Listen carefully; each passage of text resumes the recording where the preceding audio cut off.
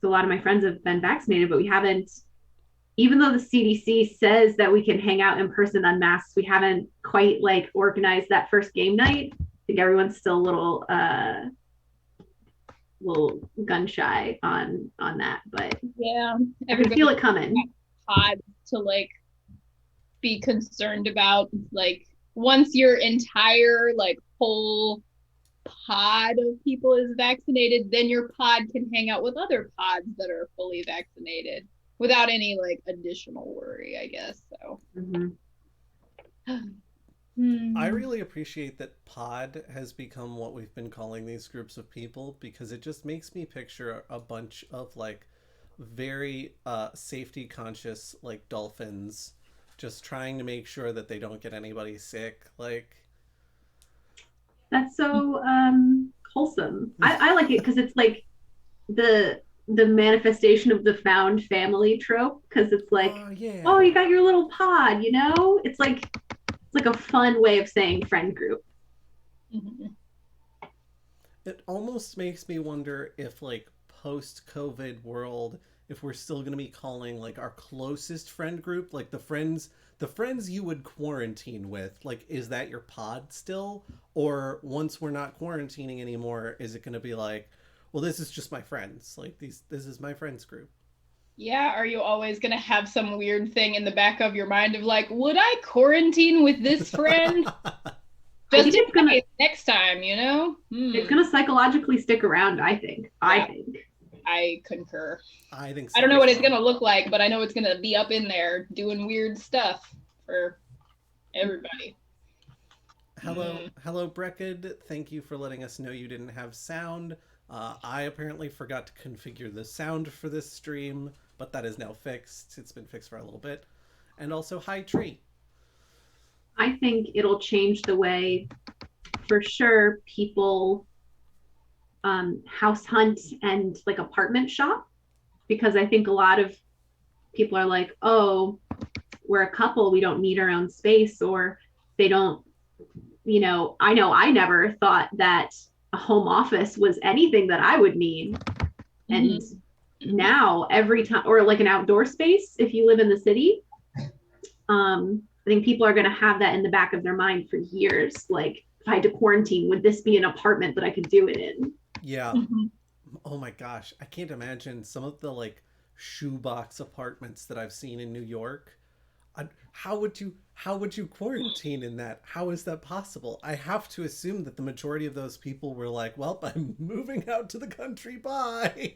I mean, that's what a lot of people did in New York. But um, I had an ex, and she lived with her husband in a one bedroom with a dog and two cats. Both people working from home. You Whoa. gotta answer your phone in the bathroom. Like, it was challenging times. I just I how? How do Mm-hmm. you how? You just like, you don't think that you need it when you live in a city, you're on the go, you're out and about. You can go into buildings and other people's houses and sit on their couch. It doesn't matter if you can get more than 20 feet from your significant other. Well, yeah, I guess that's true when you're like, "Oh, I'm getting this shoebox apartment, but I don't plan on spending that much time there." Yeah. Like I'm probably gonna be at my friend's house and they've got a lot of room, so that's not gonna be a concern at all. Like that whole math is gonna change so much, I think you're absolutely right. Yeah.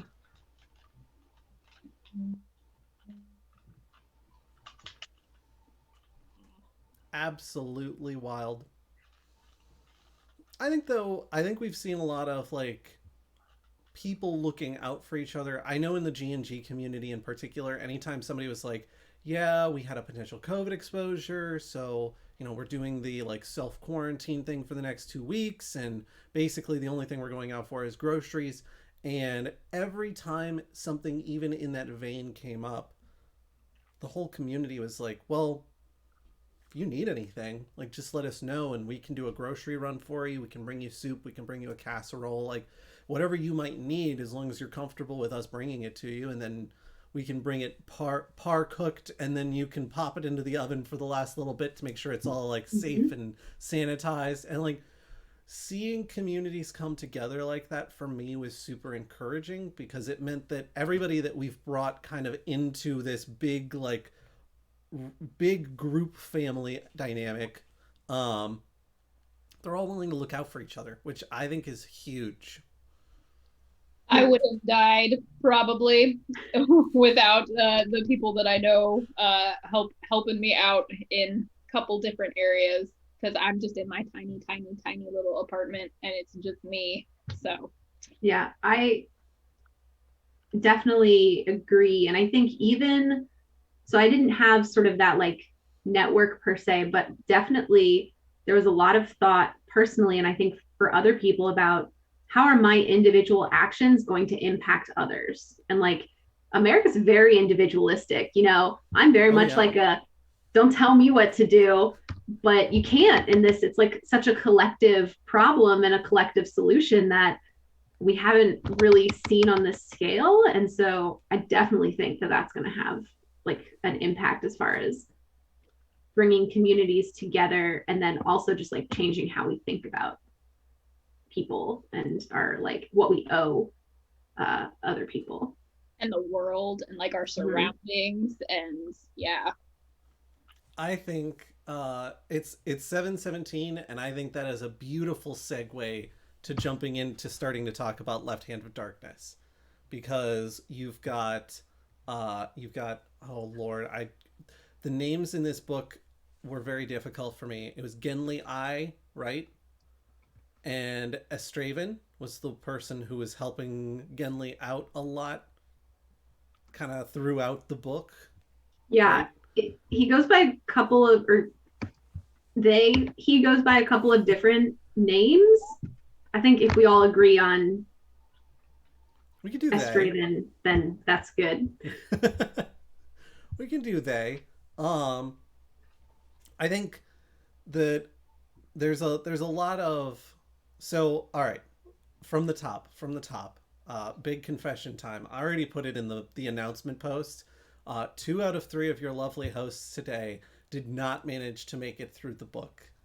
I got 11 pages in, and I was just so busy, and I tend to do my reading before bedtime, and because I'd been so busy, I was really tired, and so I would lay down and be like, reading time.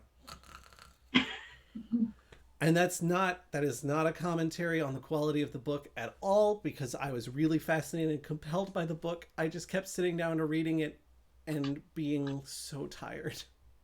So what I did this morning was I flipped through a Wikipedia synopsis so that I would at least have some clue what we were talking about today.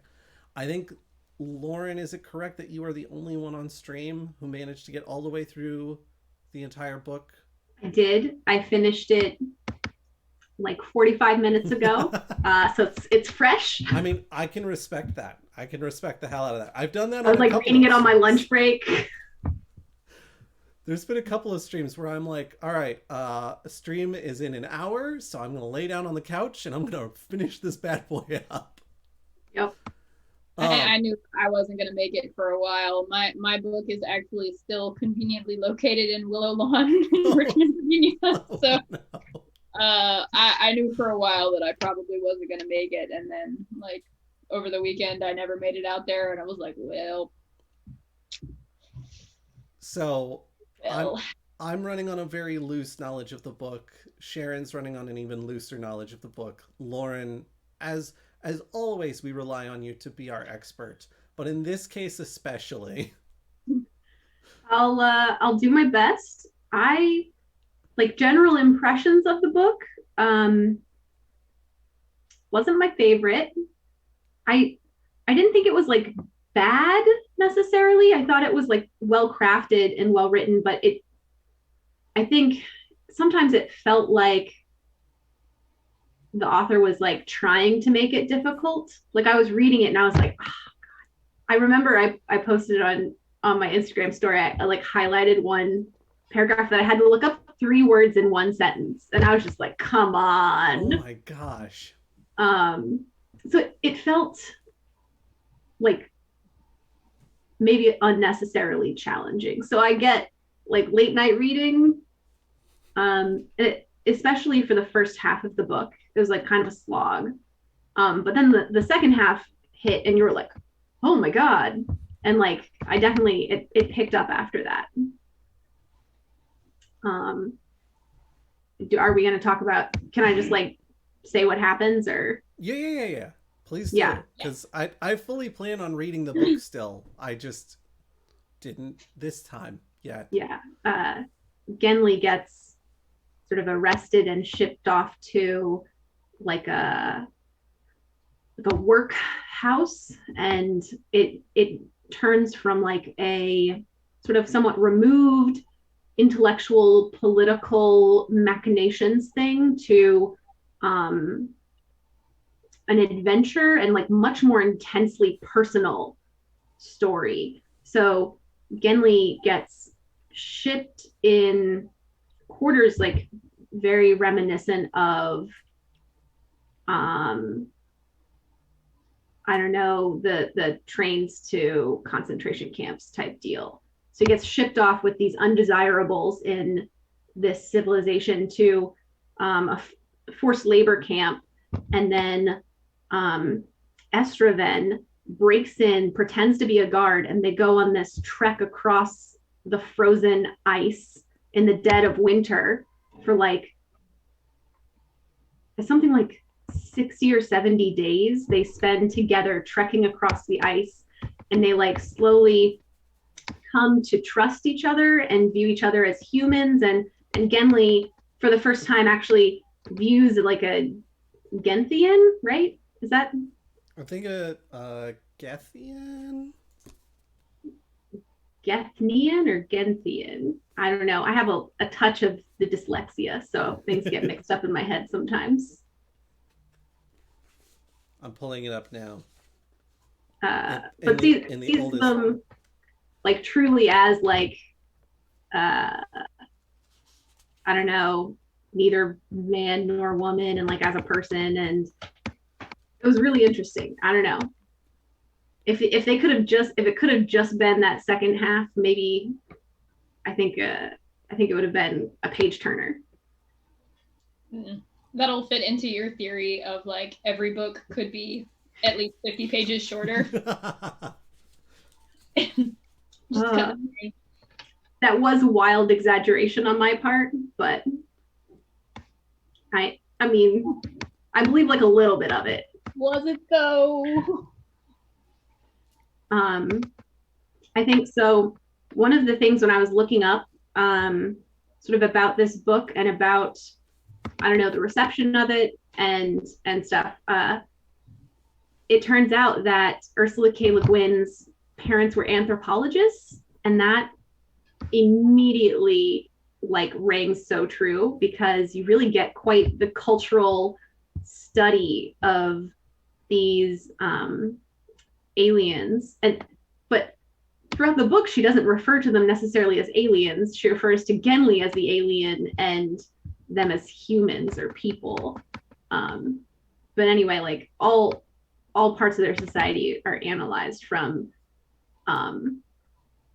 like collectivism, gender, politics, their relationship with like the world and the climate, like all of it. It was very interesting. Can you give like a Cliff Notes summary of all that, of that civilization, for those of us who did not read the book? So the world is called Winter. One of my prompts was, how does the climate on Gethen influence the story? And I think like a lot. Well, not only do they trek across like this like vast frozen like glacial tundra type situation, but over and over Genli talks about how the like frozen climate affected the culture, and how it was a lot more collectivist, and they don't do war, like there's never been a war there, and he kind of speculates. He's like, is this because they're because of their non like bi gender? So is it, is war just an extension of masculinity and masculine aggression, or is it because they spend all of their efforts warring with nature and there's no time or effort left over to war with each other on such a large scale? He's constantly talking about being cold. Everywhere he goes, he's cold. One of the pieces, it's early in the book, but he's talking about how nice it is to have warm ale, and he's like, at a typical banquet, they have a little hammer so you can break the ice that's formed on your drink since you last took a sip. I don't know, something about that really was like evocative to me. Well, that's right in the beginning of the book, which is the part that I've read. There's a scene where they're out and the king is putting the last bit of construction on this huge stone arch and doing applying the last little bit of mortar personally with I guess it used to be people blood, but now they use animals. And it's like, well, that's kind of wild. And Genli's talking about how it's ridiculously warm, and underneath all his layers of clothing, he is just sweating up a storm, and everybody around him is sweating, but everybody seems to be handling it well. And at the tail end of that scene, he says he's talking about clouds rolling in and kind of covering everything, and then 30 minutes later it was snowing. And it's God, it probably only got up then to 50, but because you're so bundled up, you're like, wow, it's so toasty. And then all of a sudden it's just snowing. I can't imagine having a whole planet that's basically the North Pole. Yeah, it basically is. I think they make some comments about the sweltering heat of summer at 40 degrees.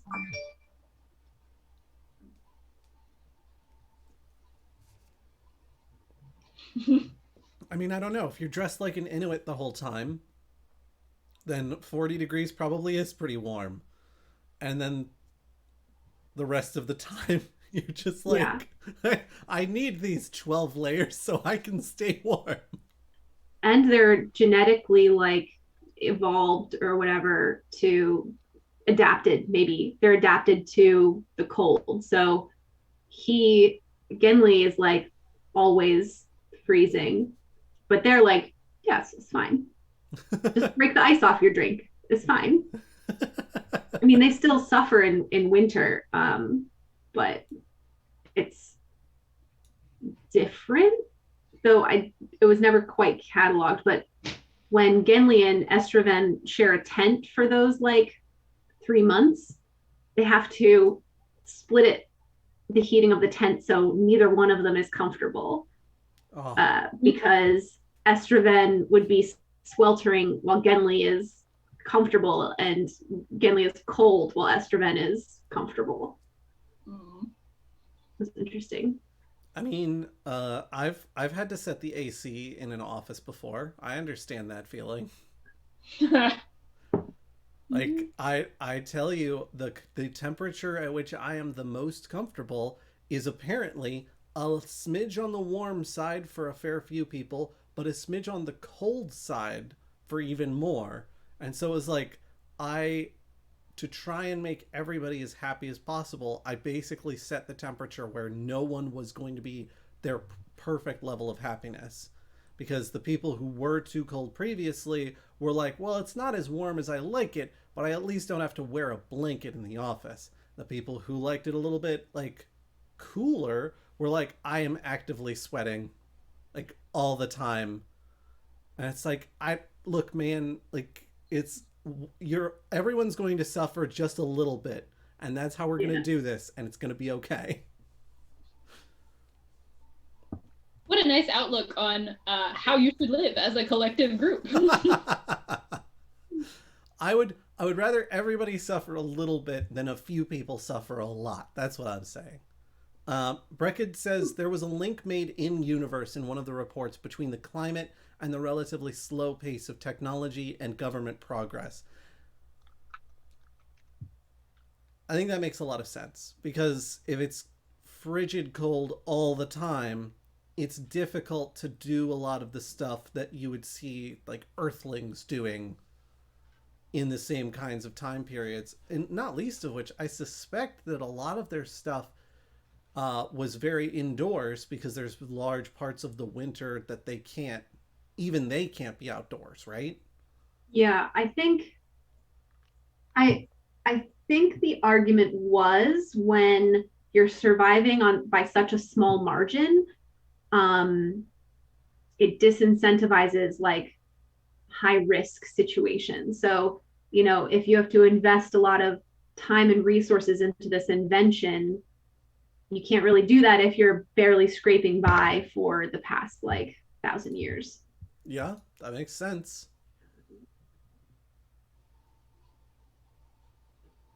Which I think is pretty interesting, I suppose. And like they mentioned that like the pace of everything is slower, even like travel, bureaucracy, people's like outlook is just you'll get there when you get there. There are times when I feel like the US could use a little bit more of that attitude. I thought that, and then I lived in the Mediterranean for a couple of months, and I was like, "Ooh, I really wish things opened on time." I was like, "I'm not that American. Like, psh, it's totally fine." And then I would arrive at a restaurant wanting to eat, and the restaurant opened at 7, and they would maybe open the doors at 7:15, but you couldn't order then because they're just starting up the kitchen stuff. It was like a whole different Oh, outlook. interesting. Sharon, did you encounter any of that in your travels? I don't know. Yeah, I mean, I was thinking more specifically of like a trip in France where it was like 10 a.m., but I think it was like a weekend or something, and it was in a small town, and we were just wandering around looking for something that was open because we wanted breakfast, and we were like, oh well, we'll sleep in and then we'll get like brunch and it'll be cute, it'll be nice, and nothing was open, and like that was just how it was, and it was fine. Yeah, in Cyprus, everything was closed on Sundays too. So you had to get all your grocery shopping and stuff done on Saturday because the pace of life was just slower. Like, you want to go to a restaurant or you want to grocery shop on Sunday? Nope. Ours were a whole lot more finicky and hungry too. Like, yeah, and just I think different outlook. Things were closed on Sundays. Yeah. It's interesting. Work-life balance. Yeah. It's better there. Yeah, I've definitely seen a lot of where someone will travel to, say, Mexico and then be like, what is this siesta thing? Like, I wanted lunch, and they had just closed the store so that everyone could lay down for an hour? Like, what? This is unbelievable.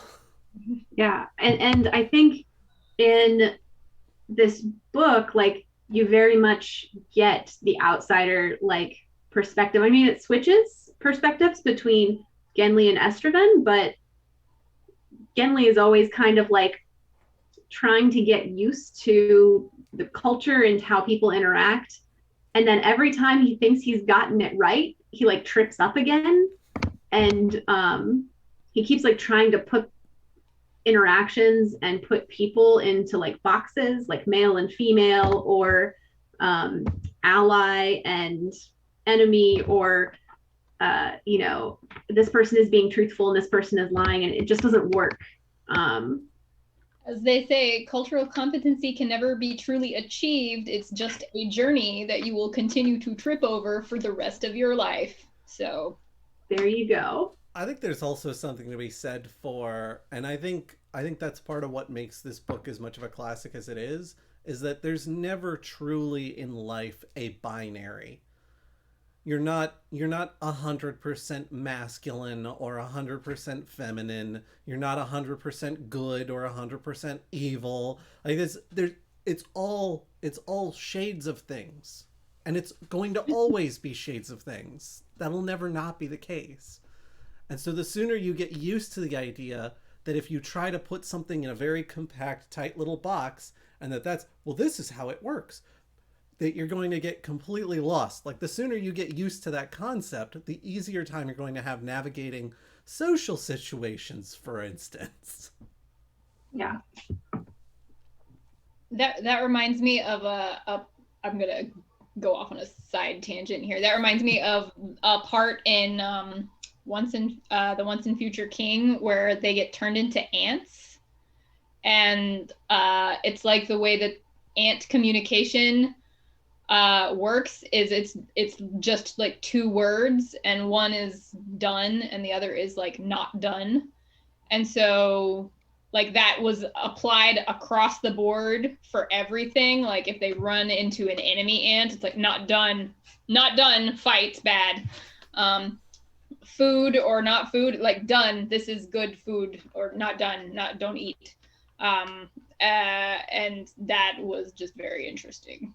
And that's one of the animal scenes in there that stuck in my mind as like this bizarre language that just consists of a binary that is applied to everything.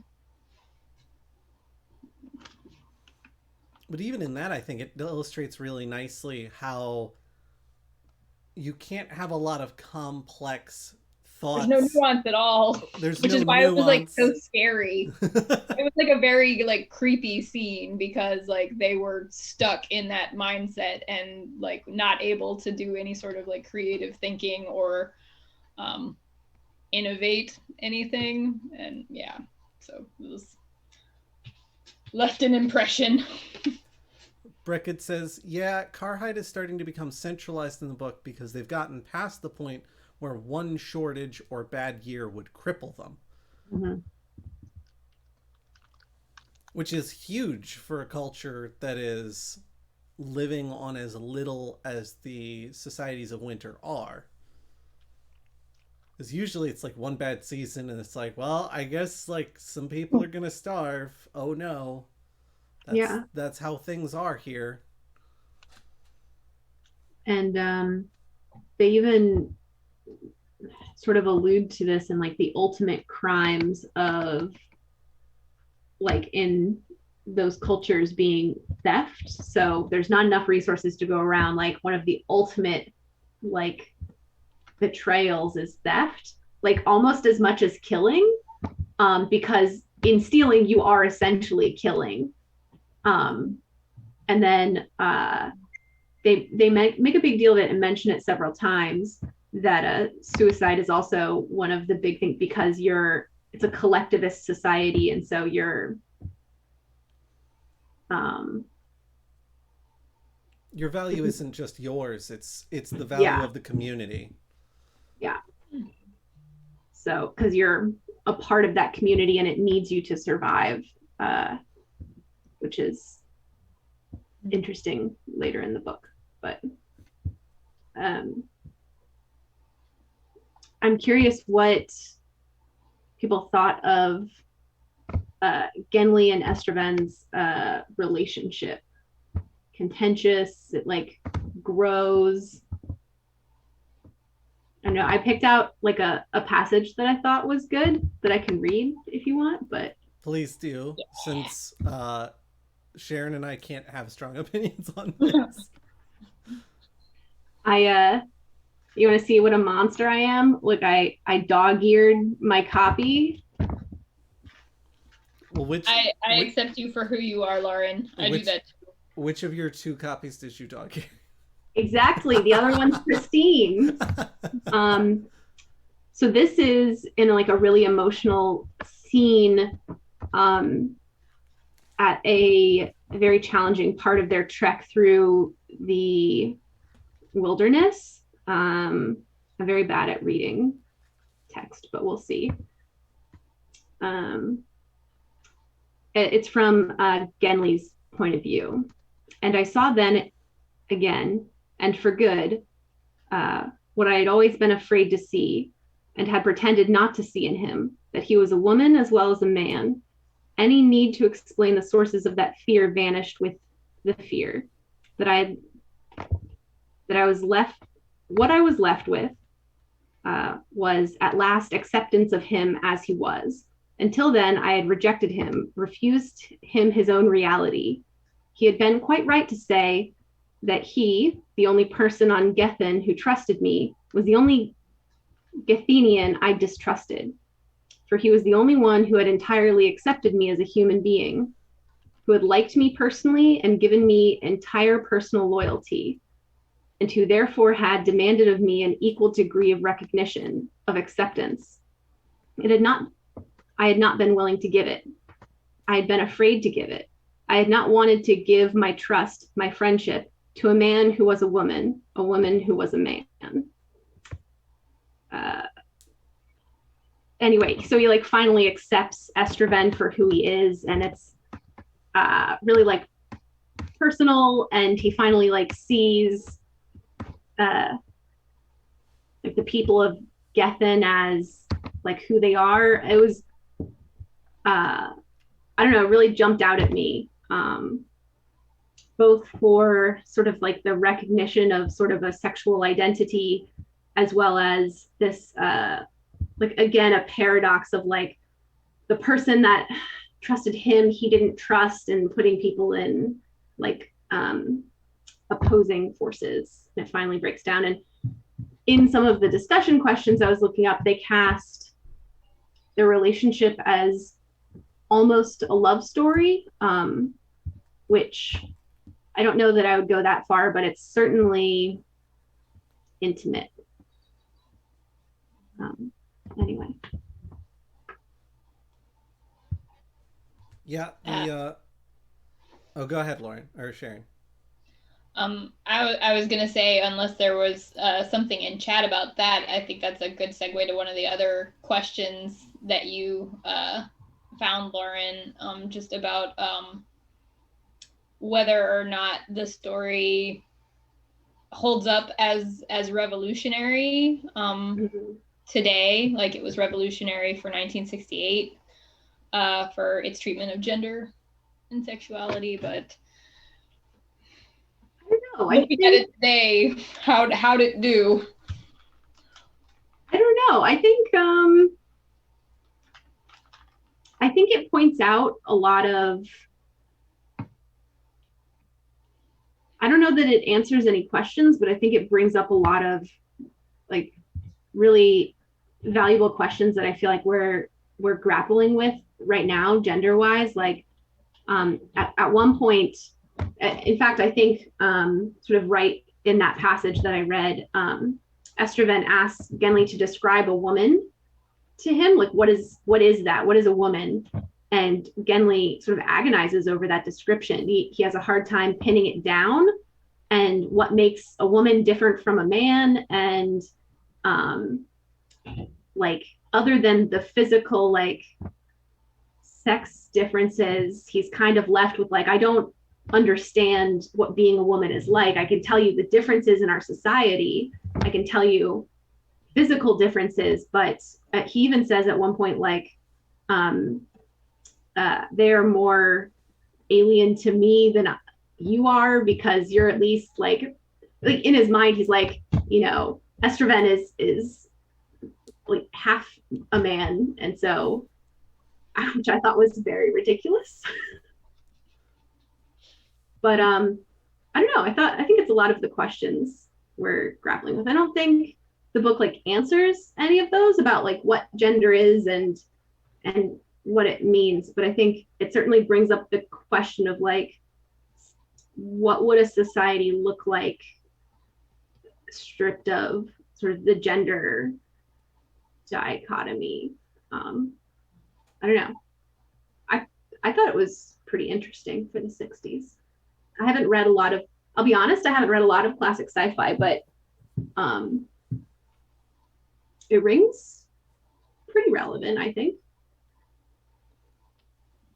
Tree is saying in chat the report from the previous visitor talked about how every person might end up being pregnant, and so no person on that planet walked as free as any man on another world who knew they would be limited in biological restrictions from what profession or travel they might want.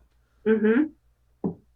She read this in the Yeah. early 80s, and birth control was supposed to make things more equal. She thinks there was a lot of political thought experiment here that might be apparent at first.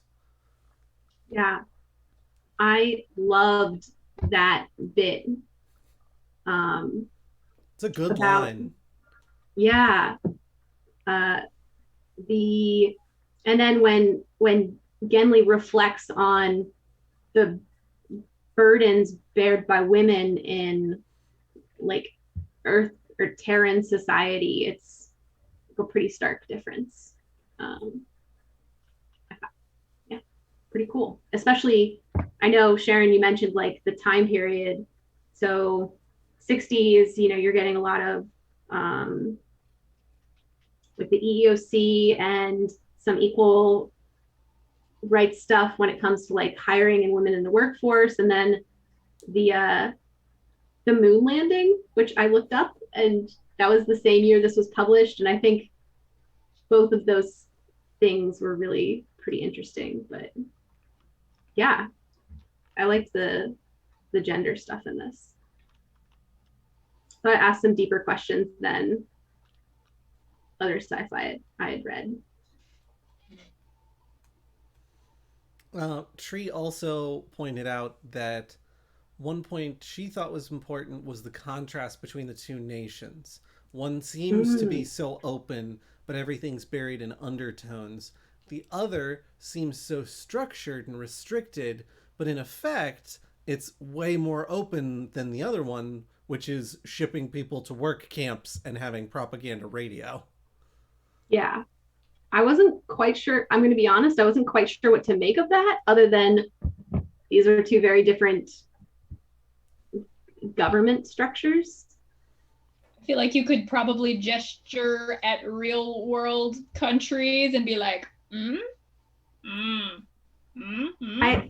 read it and I was like, this has got to be some kind of political commentary about what was going on in the 60s. But I mean, back then was prime Cold War period, right? Mm-hmm. So this could be a reflection of, from the outside looking in, how someone might feel about Russia and the US. yeah. Brickett says, I think Le Guin was being cynical about the idea of progress, with the seemingly more progressed nation than Karhide turning out to be worse for Genly. Yeah. Worse for its own citizens too. Yeah, I mean, there's something to be said for just because it's more advanced doesn't mean it's better for its populace. I mean, Yeah. let's look at Japan or the US.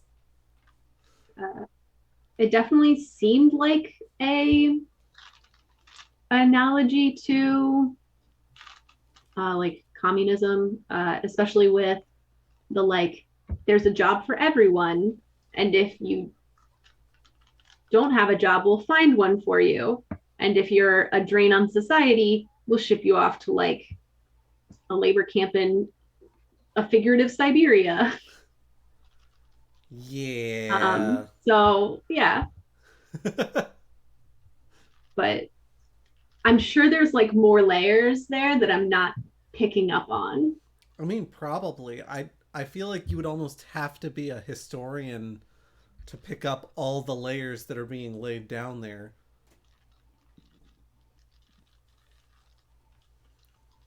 But I think it's interesting to think about. Genly very clearly does not trust the one person who seems really invested in his mission the whole time he's on the planet. He spends the entire book being like, I don't know about this person. And that's because his structure of like what that interaction should look like and how a Straven should behave and perform their tasks and duties doesn't match up with what Genly thinks. And in reality, Estraven is probably the greatest ally Gimli ever could have had, Mhm. up to the point of even like breaking him out of work camp.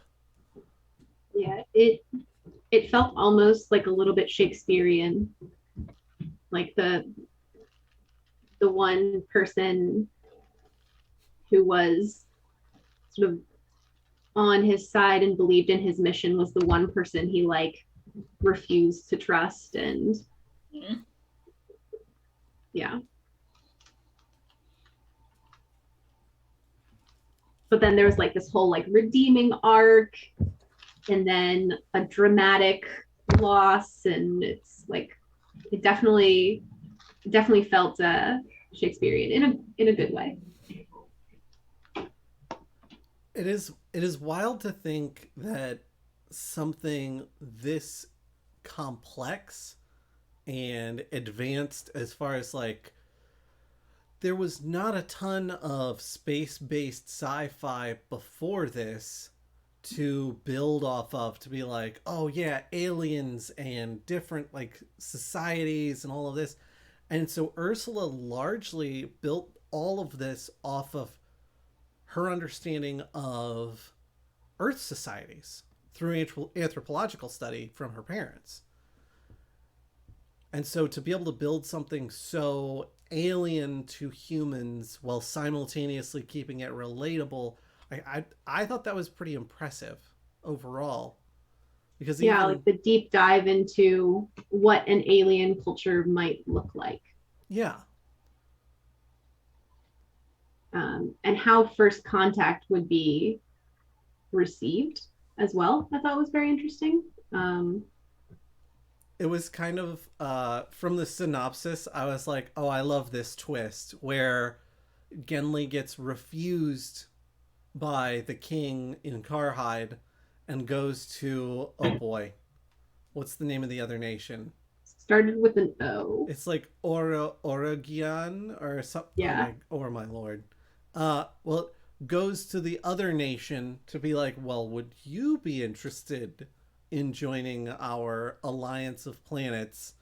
And the other nation sends him to a work camp. He breaks out after they're like, well, probably, yeah.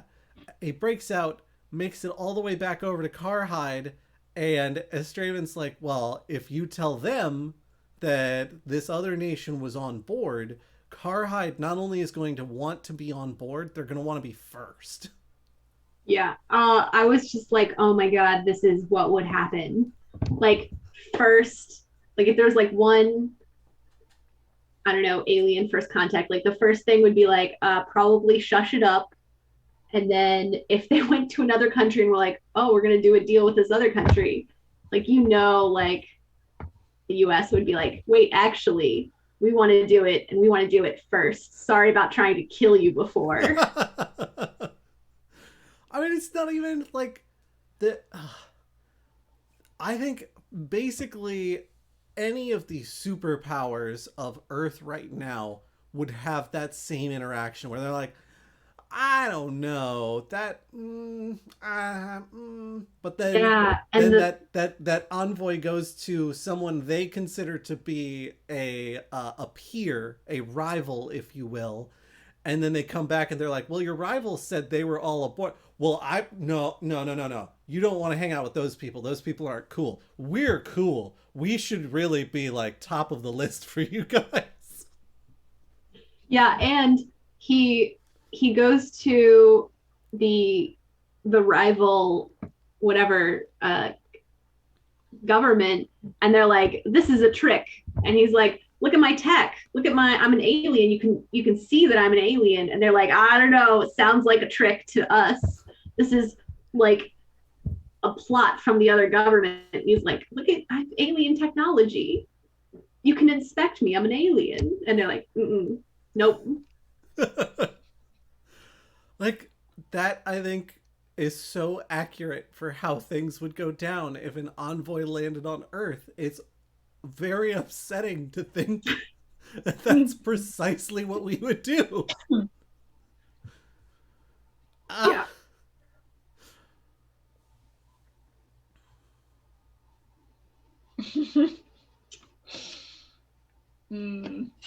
Yeah, very interesting. Like we're as a race of peoples, the human race is very much ding dongs sometimes, particularly when we feel like we're speaking from a position of authority.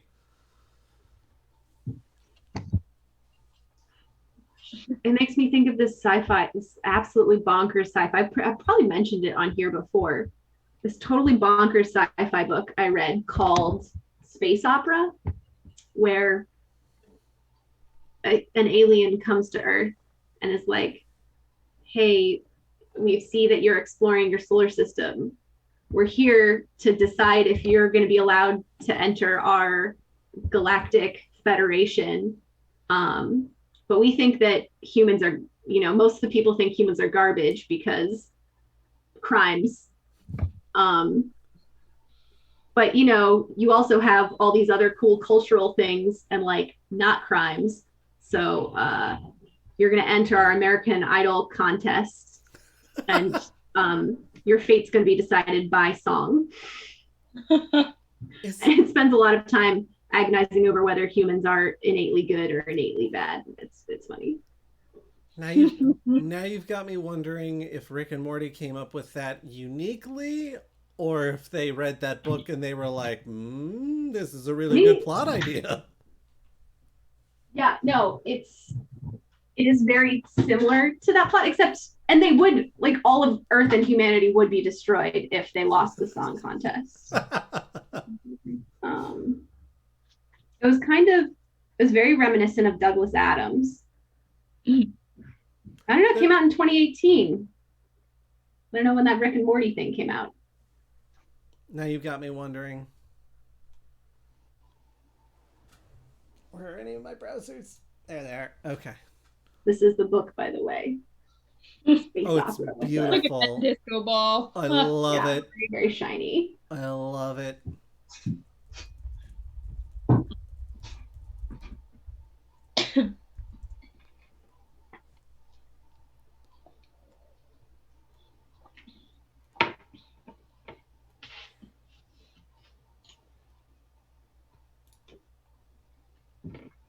So 3 years ahead was Get Swifty.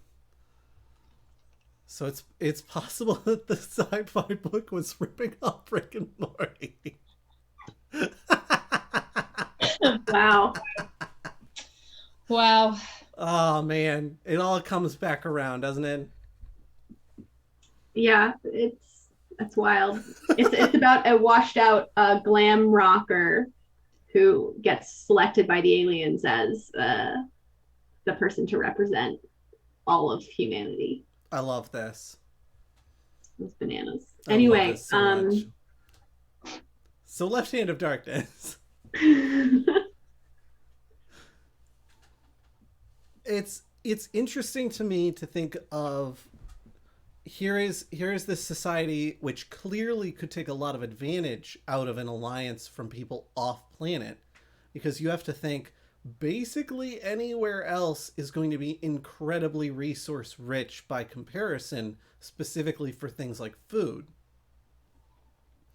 But there's a kind of risk to that, which I think is explored in a lot of science fiction, where if you agree to this, if you decide to ally with this group and become like, oh well, like we'll visit your planets and you'll visit our planet and we'll all just get along and be happy friend times, you have a sort of risk where your society from that point forward will forever be changed by interacting with all of these different groups. And maybe for the better, but maybe not. Yeah. I think that's definitely part of the like fear that they talk about, especially when it comes to the king of the original government. Carhide. Yeah. I'm gonna find there's like a fear of like losing power, of change, of that kind of thing. that like step into the unknown, that initial trust of someone, I think was just too monumental for the king, which makes sense because they're a king. What do they care, right? Like, because it's not like a desire for advancement for their people or whatever. I don't know. Maybe that's just my thoughts on dictatorship, but like there's right, like the king has a lot to lose and not much personally to gain. Like for the kingdom, yes, there's quite a bit to gain, but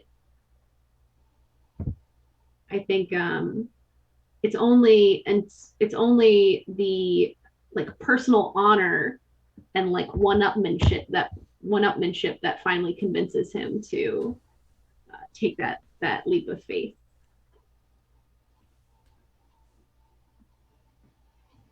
Yeah, I have to wonder how many times that's happened in our own world's societies where the person all the way at the top is the one making the decisions, but also they have the least to gain and the most to lose by society having very significant changes. So, like, what really motivates a leader to change anything, really, when they got to where they are under the current system? I feel like most of the changes don't come top down. Like the envoy is only one person, and that ultimate decision rests with the leadership. Whereas when I think of like, you know, like really big, profound, like technological, economic, scientific changes, they don't tend to come at like that top level. They normally kind of rise from the middle-ish and diffuse into the point where like you can't stuff, you know, the industrial revolution back in the bag. It doesn't work like that, you know. I don't even want to think about what the world would be like if people had only been able to approve technological advancement as long as whoever was the highest power at the time approved of it. Like, if I think about it, isn't that kind of how the Dark Ages came about? I Was think almost of like Japan closing off in the early 1800s, basically like absolute, you know, totalitarian government. We're not doing any of this Western technology thing. We're not trading. You know, we have like one little island where the Dutch only can trade for like silk and like fancy and like porcelain and stuff. And then the US government came in with some ships with very large guns and were like, you're trading now. And they didn't have the technology to do anything about it. So like, I think you can limit technology from the top down for a certain period of time, but not forever. At least when it's coming from outside of your borders, I suppose. Maybe internally is a little bit different, but I mean, I'm even not a history expert, so. I was gonna say, even then, I've certainly heard of countries having coups where someone's a little too tyrannical and they end up getting overthrown by basically a mob. There's always that threat. Yeah. Which you didn't really feel in Left Hand of Darkness. Like, and they mention it a couple of times that they're so collectivist that kind of like violent overthrow doesn't come naturally. But even at the end, where some of the governments are overthrown, it's kind of like a little side note.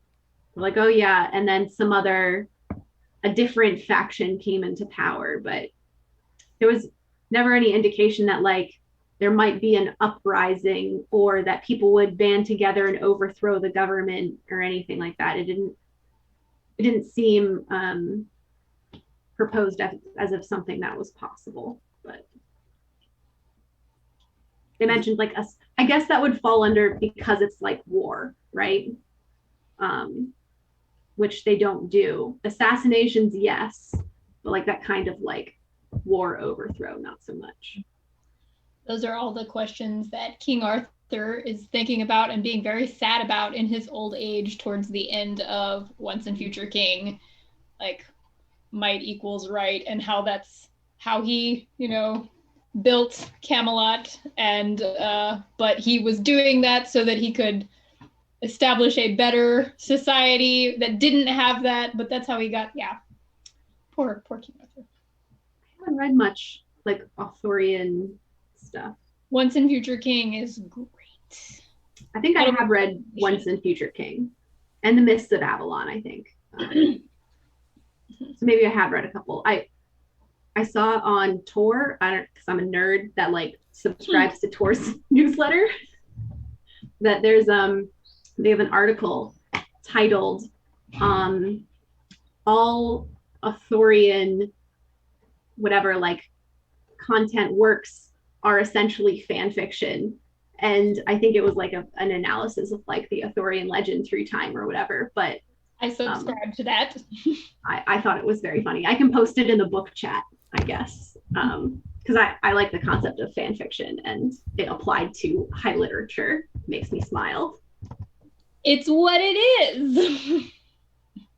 I mean, there's a lot of stuff that's in the Arthurian legends that's like, who came up with this? Like, clearly there was a little bit of historical basis here, but not a lot. Jeez.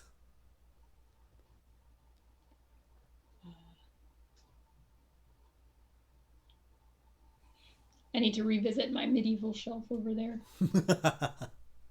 Okay, the title is Every King Arthur retelling is a fanfic about who gets to be legendary. I can respect that. Mm-hmm. So do we want to start thinking about next month's book and book recommendations, or? Yeah. Let's switch gears a little bit. So I will admit I haven't looked to see what book won for next month. So well, it'll be a surprise to me. I'm here to make a big announcement for you. You remember how earlier you were talking about how space opera felt a little bit Douglas Adams? Mm-hmm. Well, next month's book is Hitchhiker's Guide to the Galaxy. All right. So this was a community submission to be voted on, and it kind of swept the board a little bit. Like, I think it was like 3 or 4 votes ahead of anything else, which, given that we get a total of like 12 to 15 votes on average, is like, wow, that's big. That's a big margin to be making. For those of you unfamiliar with Douglas Adams' really classic work, there is a film. The film is not nearly as good as the book, but I will say does a pretty good job of capturing a lot of the really investing scenes, like a lot of the really emotional scenes from the book. The reason it's not as good as the book is because it's kind of like turning a Terry Pratchett book into a film. You are going to lose things, and the things you lose are going to be beautiful and amazing.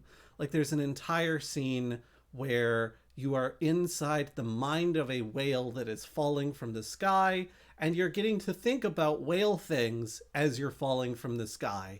And how do you do that in a movie? You can't really. Like, it's just not, it doesn't translate well. So if you haven't already read the book before, it's an amazing piece of literature. I'm very excited to read it.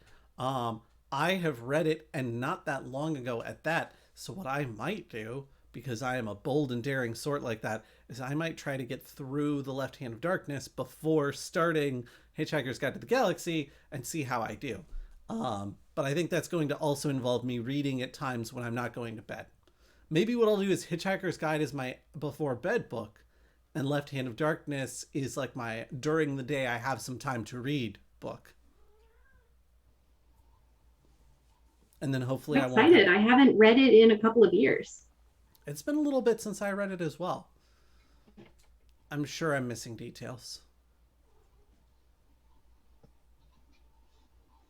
But I'm pretty excited to get into it. I think Craig was the one who suggested it. For anyone who is currently in chat who is not already on our, let's see, a couple of names here I don't recognize. For anyone who's not already in our Discord, I've got the link down there in the bottom left. I will go ahead and post a link into chat. We tend to have conversations over the course of the month all about the books that we are reading, as well as the book club book. There's been a lot of conversation lately about Brandon Sanderson books because there are some major Brando Sandos happening right now in our current age. So if you like talking about books, especially the book club book, you should definitely get on our Discord.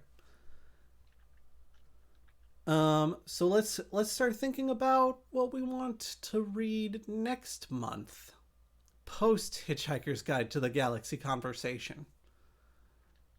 Sharon, have you brought us anything this month? Or...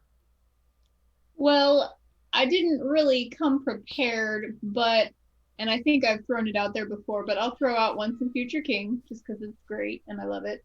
And then I'm also interested in this space opera book. So there's my contribution. It's really weird. Oh, let me create a text document. There's been one too many times where I don't create the text document and then I don't take notes and then I have to go back and scrub through the video to find where our recommendations were.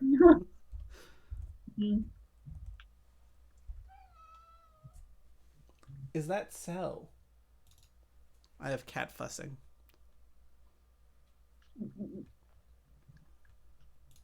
Okay.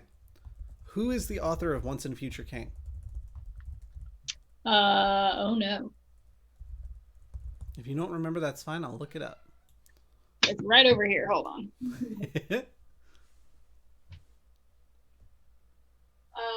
T.H. White. T.H. White. Yar. All right.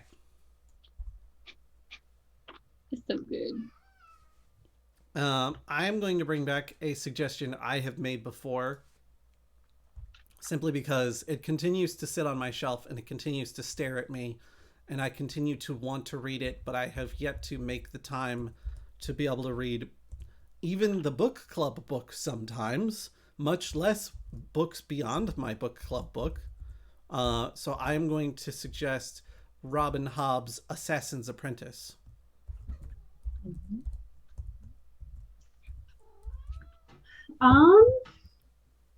Gosh, I did not come prepared today. I was so focused on trying to finish this book.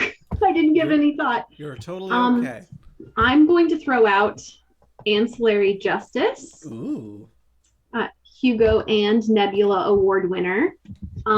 It is a sort of space opera about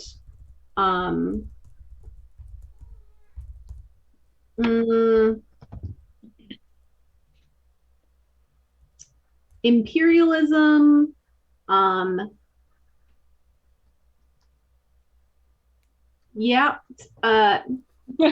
gosh, okay, all right. Yep. The space opera with the main character is an AI, which is really cool. It's like one of my favorite things, actually. So it follows this AI as they like grapple with and recollect like this series of events. and it's really, really cool, and it's got some fun like space opera stuff. It's got some fun like commentary on imperialism. It's just, I think, a good balance of like fun and like thinking sci-fi. Like, what is individualism? What makes somebody a person? What is good hive minds? How about that? That's cool. So yeah, that would be my suggestion. I've read the first book in a trilogy. I've read the first one, but none of the rest. So. Ooh. Mm-hmm. That's what I got. I'm excited to explore that. If anybody in chat has books they'd like to suggest, now is a great time to throw them down because we are at 3. We can do as many as 6 suggestions. I don't know, Lauren, if I know sometimes you are torn between 2 that you wanted to suggest. I don't know if that's the case this month, but it's okay if it's not. That's just more room for audience suggestions. Yeah. I have 1 or 2 in my back pocket that I can pull out if needed. We can also hold off if you want to give that to think, chat. I think it'd be nice to suggest a novella maybe. Ooh. For a change. So there is let me look it up.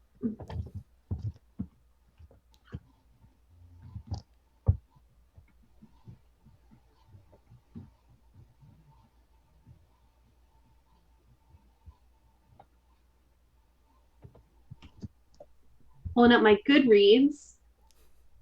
If you guys don't use it to catalog the books that you've read, I highly recommend it. I have been using Goodreads to pull all of the plot synopses and links for the books that we suggest, so that when people want to vote on a book, they don't have to do it just based on the title and author. Which I think has been helpful for folks.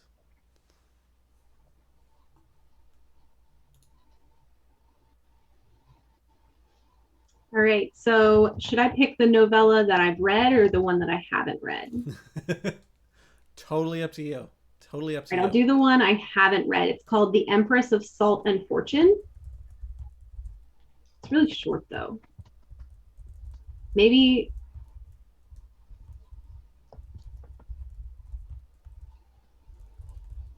I mean, how short is really short? No, that one was only 115 pages. It's a little too short, I think. I can redact it if it's too short for you. Lost Limey has suggested, let's see. This Is How You Lose the Time War. Again. That one's so good. Which I believe is also a novella. It is.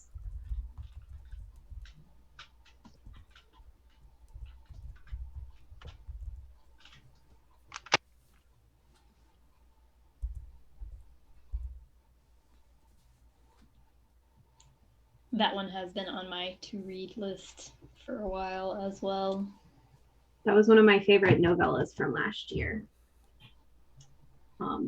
If you want a little pitch, it's about 2 rival agents in a time war that slowly fall in love over all of space and time. And there's a lot of like letters, and it's really like beautifully written. That sounds so magical. Yeah. I want to read that one. It sounds nice. Oh my god. Did you have what was the one that you recommended last month, Lauren, that you said was like very like chill and like lovely? There were like you recommended 2 of them and I can't remember. It might have been, was it the 10,000 Doors of January? Yes. That sounds right. Yeah. That is portal fantasy, all about It's a YA, so it's like, you know, very readable. If you want like a good, easy page turner, That's where I'm at these days. Give me something that I can just be like, cheese fries. Yeah. So it's like YA, but it's also like very prettily written. It's about sort of like the transformative power of stories and about this girl named January who is trying to find her father who's gone missing, and she, along with a couple of friends, have to search through all these various doorways and um, sort of she kind of like learns to be independent and stand up for herself, and the history of her parents and where she comes from and all sorts of fun things. And there's doorways into other worlds and adventure and a love story, and it's fun. That sounds so good. Yeah, it's a fun read. Do you want me to add that one as your second? Okay. Why don't we add that one as the second? Yay.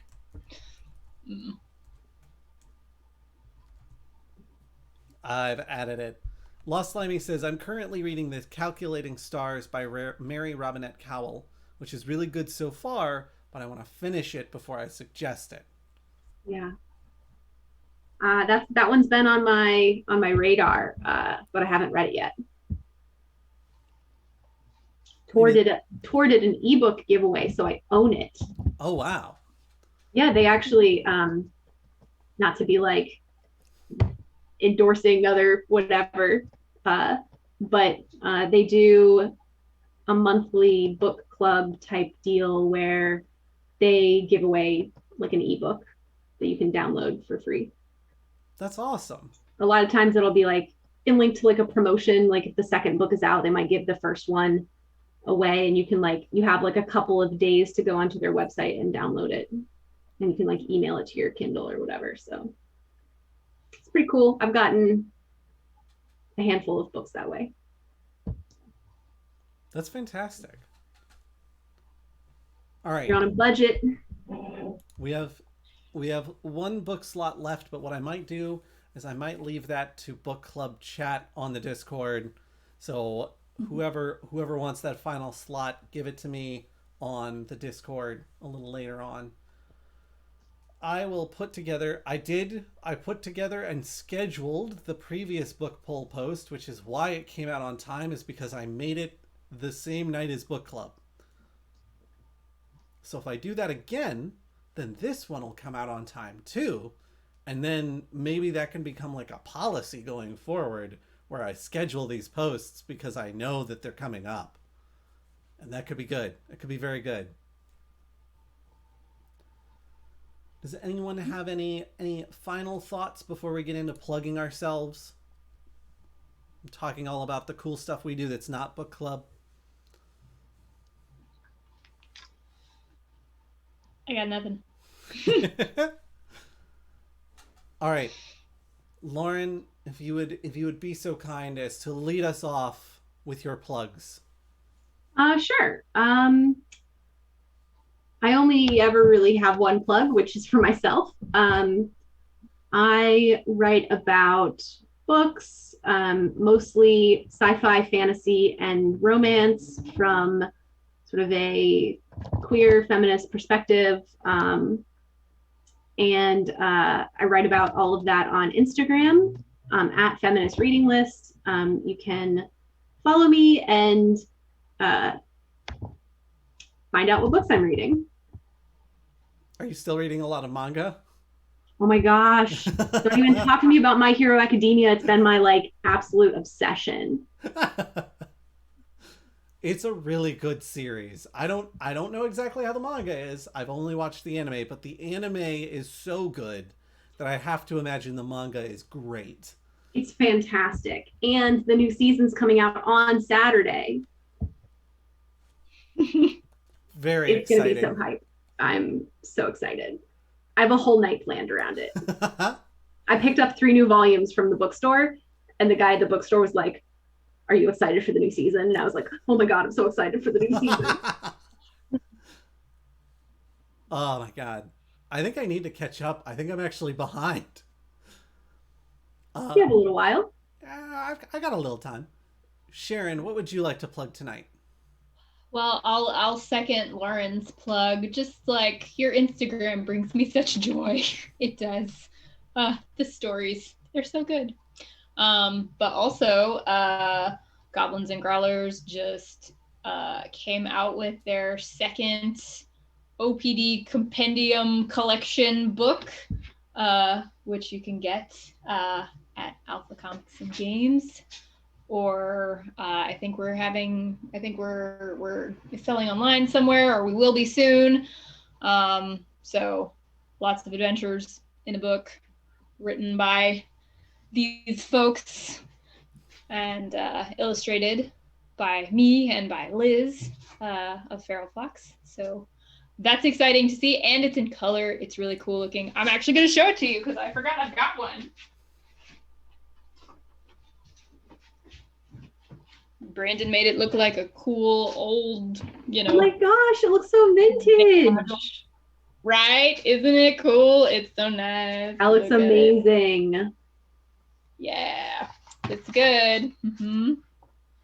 And Lauren's gonna be writing an OPD for Goblins and Growlers, so that's cool too. I need to get working on that, huh? Just a subtle reminder on stream. It's fine. I was gonna say I'm not gonna tell you anything about how you need to get working on that because Brandon will be like, hey, like this month is your OPD, and I'm like, great, and I think about it a lot, and then I spend about a week and a half actually writing it, and it tends to work out okay for me. So I'm not saying it's a good procedure. I'm just saying it's worked for me thus far. So I'm not here to judge your policies. For my plug, I am going to put out the fact that we have, I think it's 7 or 8 copies of Hit Point Press's Humblewood setting that we're going to be giving away to everybody who is on the Twitter box who interacts with our Quid Pro Roll page, which is at Quid Roll on Twitter.